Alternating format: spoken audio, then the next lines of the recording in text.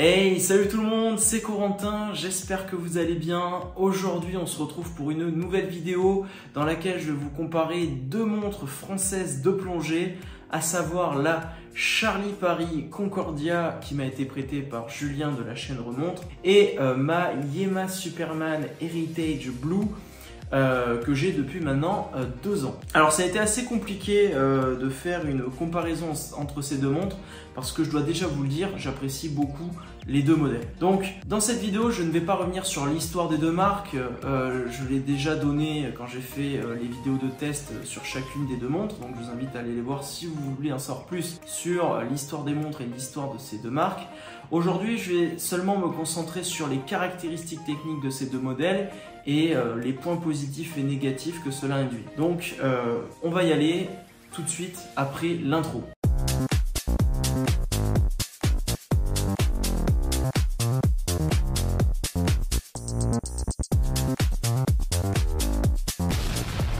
Allez, on est parti pour les caractéristiques de ces deux montres. Je vais d'abord vous parler du boîtier en commençant par celui de la Charlie Paris Concordia. Donc nous sommes ici sur un boîtier de 40 mm de diamètre avec un corne à corne de 47,5 mm. On a une épaisseur de 12,5 mm. Elle fait un poids de 153 grammes sur ce bracelet métal. Elle est donnée pour une étanchéité de 300 mètres et elle est également équipée d'un verre saphir bombé faisant 3 mm d'épaisseur et traité anti-reflet. Pour ce qui est de la Yema Superman, donc elle a un diamètre de 39 mm, plus petit donc, un corne à corne de 48 mm, légèrement plus grand, elle a une épaisseur de 13 mm, elle pèse 130 grammes, elle est également donnée pour une étanchéité de 300 mètres et elle est équipée d'un verre saphir double dôme, donc bombé à l'extérieur et à l'intérieur, faisant 2,6 mm. Allez, donc on est parti pour les points positifs et négatifs de chacune des montres concernant le boîtier. Le premier point positif, j'ai envie de le donner à la Charlie Paris Concordia. C'est une montre que je considère comme plus polyvalente que la Yema Superman, puisque l'on a un boîtier avec un corne à corne plus petit, mais surtout des premiers maillons de bracelet qui peuvent complètement se replier. Alors que sur la Yema Superman ce n'est pas le cas et donc on a une montre qui est très longue, donc c'est un petit peu embêtant. Pour les petits poignets, la Charlie Paris conviendra beaucoup mieux et d'ailleurs je vous déconseille complètement d'acheter la Superman en 41 mm puisque ce problème-là sera accentué. Quand vous avez un poignet de plus de 18 cm, ce n'est pas vraiment un problème. Moi, pour le coup, ce n'est pas un problème. Deuxième point positif, je trouve également la Charlie Paris Concordia plus confortable. Je trouve que du coup, elle se pose bien mieux sur le poignet que la Yema Superman et c'est lié à ce problème de maillons et de cornes qui sont relativement droites. Troisième point positif, encore un pour la Charlie Paris. Il concerne le brossé sur le dessus des cornes, ça évite les micro-rayures, alors que sur la Yema Superman, elles sont polies. Donc on a pas mal de micro-rayures potentiellement. Point positif quand même pour la Yema Superman, il concerne la tranche de cette montre. Elle est relativement fine, enfin elle est même très fine, ce qui donne une impression visuelle de finesse globale au boîtier.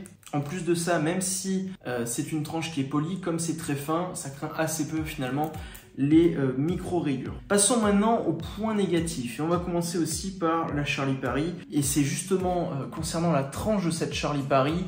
Elle est massive et elle est complètement polie, donc là vous aurez pas mal de micro-rayures dès que vous faites un petit peu d'activité avec elle. Deuxième point négatif également de la Charlie Paris, bon bah regardez cette tranche, regardez ce boîtier. Bon, on a quand même pas mal de ressemblances avec la Tudor Black Bay, alors c'est pas mal, on a une jolie montre du coup, mais ça manque un petit peu d'originalité. Pour ce qui est des points négatifs, du point négatif de la Yema Superman, donc elle ne ressemble à aucune autre, donc c'est bien, elle est originale, c'est un point positif. Par contre, voilà, j'en ai déjà parlé, elle flotte beaucoup sur le poignet à cause donc justement de ces maillons qui ne peuvent pas se replier, tout ça. Allez, concernant maintenant la lunette de ces deux montres, la Charlie Paris elle est équipée d'une lunette unidirectionnelle 120 clics avec un insert en aluminium éloxé. Pour ce qui est de la Superman, c'est la même chose sauf que sa lunette est recouverte d'un verre saphir. Donc pour ce qui est des points positifs et négatifs, les deux méritent un point négatif déjà puisqu'elles n'ont pas de bille de luminescence à 12 heures sur leurs lunettes. Ensuite, la Yema Superman, pour moi, elle a également un autre point négatif qui concerne le bloc lunettes justement, qui au quotidien, quand vous voulez mesurer des temps, hein, typiquement vous faites cuire quoi que ce soit, vous mettez votre lunette au début de la cuisson, malheureusement là il faudrait dévisser la couronne pour lui donner du jeu au bloc lunettes et ensuite pouvoir manipuler la lunette. C'est un petit peu pénible, voilà, c'est pas ergonomique. Voilà donc pour les deux points négatifs de la Yema, le point négatif de la Concordia. Pour ce qui est des points positifs, je dirais quand même que la Yema Superman en a un, c'est que comme elle est recouverte de verre saphir, elle est bien plus résistante aux rayures que ne l'est l'aluminium éloxé de la Concordia. Pour ce qui est de la couronne de ces deux montres, donc elles sont toutes les deux vissées. Celle de la Concordia a une forme conique avec un insert en aluminium éloxé et celle de la Yema Superman a des protèges couronnes et elle bloque un bloc lunettes. Donc au niveau des points positifs et négatifs, point négatif je trouve pour la Charlie Paris, sa forme conique et le manque de cannelure la rend relativement glissante et difficile à manipuler finalement. Pour ce qui est de la Yema Superman, je lui donnerai également un point négatif, mais ça concerne surtout encore une fois le bloc lunettes qui peut, je trouve, donner une sensation assez désagréable quand vous la revissez. On a l'impression qu'elle est jamais bien vissée. Donc voilà, c'est peut-être psychologique, mais je trouve que c'est un petit peu embêtant. Bon, pas de point positif particulier, que ce soit pour l'une ou pour l'autre. Si, mis à part qu'elles ont toutes les deux une gravure sur la couronne. Voilà, ce sont des couronnes, donc elles sont, c'est tellement simple qu'il n'est pas censé y avoir de points positifs ou négatifs, mais quand même, pour moi, elles ont toutes les deux leurs points négatifs. Allez, pour ce qui est maintenant du cadran de ces deux montres, sur la Concordia, on a un cadran qui est bleu sablé, on a des index ronds recouverts de luminescence avec deux rectangles pour les index 3 et 9 heures. On a la date dans un guichet à 6 heures, on a des aiguilles relativement fines et on a des écritures en dessus et en dessous de l'axe des aiguilles. Pour ce qui est de la Superman, donc on a un cadran lui qui est bleu soleillé, on a des index appliqués vachement en relief. On a des aiguilles moins fines que sur la Concordia, on va dire. La date est elle à 3 heures et elle est encadrée de métal poli. Et on a également des indications en dessus et en dessous de l'axe des aiguilles. Pour ce qui est des points positifs et négatifs, alors je dirais que les index de la Concordia sont plus visibles de nuit parce qu'on a plus de surface de luminescence. Par contre, point négatif, ces aiguilles sont très peu visibles de nuit et c'est exactement l'inverse sur la Superman. On voit très mal ces index de nuit et on voit bien ces aiguilles. Alors qu'est-ce que c'est le mieux? Honnêtement, il vaut mieux voir les aiguilles que les index, puisque suivant la position de votre poignet, vous savez où est le haut, le bas, gauche et droite. Alors que si vous ne voyez pas les aiguilles, vous ne pouvez même pas deviner l'heure qu'il est. Voilà ce que j'avais à dire dessus. Également sur ce modèle là, il y a un petit défaut, c'est que l'aiguille des heures retarde par rapport à celle des minutes. Bon, voilà, par ça, ça c'est vraiment je pense un défaut lié à cet exemplaire uniquement et pas à toutes les Charlie Paris Concordia. Allez, on va maintenant parler du mouvement de ces deux montres. On va d'abord commencer par la Charlie Paris Concordia. Alors il faut savoir que la Charlie Paris Concordia a eu deux mouvements. Un qui était sur les premiers exemplaires et maintenant il y en a un nouveau. Le premier était un STP1-11 et actuellement c'est un Soprod P024. Ce sont deux mouvements très similaires puisqu'ils ont tous les deux la même base, c'est-à-dire le SW200 ou le TA2824. Le STP1-11 avait 26 rubis, le Soprod en a 25. Ils battent tous les deux à 28 800 alternances. Le premier avait 44 heures de réserve de marche, donc Julien sur sa montre a 44 heures de réserve de marche, alors que les nouveaux en ont que 38. Ça change pas la face du monde. Au niveau de la précision, Charlie Paris communique pour une précision entre 0 et plus 15 pour les STP1-11 et entre 0 et plus 14 pour les Soprod P024. Donc on est assez proche finalement que ce soit l'un ou l'autre. Mais on avait quand même 6 heures en termes de réserve de marche d'avantage sur les premiers. Concernant la Yema Superman, on a un SW200-1 le tracteur, le clone de l'ETA 2824, la base finalement des mouvements qu'il y a sur la Charlie Paris. Donc 26 rubis, 28 800 alternance, on a une réserve de marche de 38 heures et on a une précision qui est comprise entre moins 12 et plus 12 secondes par jour. Donc quand on regarde les caractéristiques techniques pures et dures, on pourrait dire la Charlie Paris Concordia sur le premier mouvement a plus de réserve de marche et est plus précise que la Yamaha Superman, et sur les nouveaux mouvements de la Charlie Paris, elle a quand même la précision qui est censée être supérieure. Bon, pour cette vidéo, je vais pas juste me contenter de vous donner les caractéristiques techniques annoncées par les marques. Dans les faits, concernant la précision, ma Yamaha Superman tourne au poignet autour des 0 secondes par jour, et c'est une montre que j'ai depuis 2 ans. Et cette Charlie Paris Concordia, donc elle a 1 an, et je l'ai mesurée au poignet sur une semaine, elle a perdu près de 50 secondes, donc elle perd environ 7 secondes par jour. Voilà. Bon, après c'est une histoire de chance et de malchance, peut-être que vous aurez des Yamaha Superman plus ou moins précises, et peut-être que vous aurez des Charlie Paris Concordia plus ou moins précises. En tout cas, j'ai peut-être un peu plus confiance dans le fait que c'est un mouvement SW200, alors que là ce sont soit des Soprod, soit des Suisse Technologies Production, ce sont quand même des marques un peu moins réputées, mais voilà, c'est compliqué à dire, ce sont théoriquement des mouvements qui sont très proches. Allez, donc concernant maintenant le bracelet de ces deux montres, donc il s'agit dans les deux cas de bracelets métal plutôt de style Oyster, donc ils ont tous les deux une boucle déployante qui est, je trouve, très similaire, et la différence c'est que l'on a d'un côté une extension de plongée sur la Yamaha Superman, alors qu'on a de base des pompes flash sur la Charlie Paris Concordia. Au niveau du coup des points positifs et négatifs de ces deux montres. Alors, en point positif, au niveau du ressenti, je trouve que le bracelet de la Charlie Paris fait plus solide. En plus de ça, deuxième point positif, il est entièrement brossé, donc moins sensible aux micro-rayures. Ce qui est bien aussi, c'est qu'on a des micro-réglages, donc ça c'est un point positif pour les deux, on en a 4 dans les deux cas. Et dernier point positif, on a des pompes flash sur la Charlie Paris Concordia.